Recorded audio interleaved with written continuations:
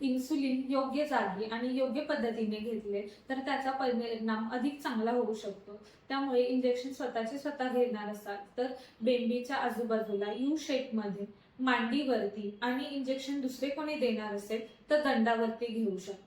जर एखाद्या पेशंटला दिवसातून 3 वेळा इंजेक्शन असेल तर एकाच पॅचमध्ये म्हणजे पोटावरती 2 इंजेक्शनच्या मध्ये 1 बोटाचे अंतर सोडून घ्यावे. एखाद्या पेशंटला लॉंग टर्म साठी इन्सुलिन असेल तर त्या पेशंटने आज इंजेक्शन मांडीवरती, उद्या पोटावरती, परवा दंडावरती असे करू नये.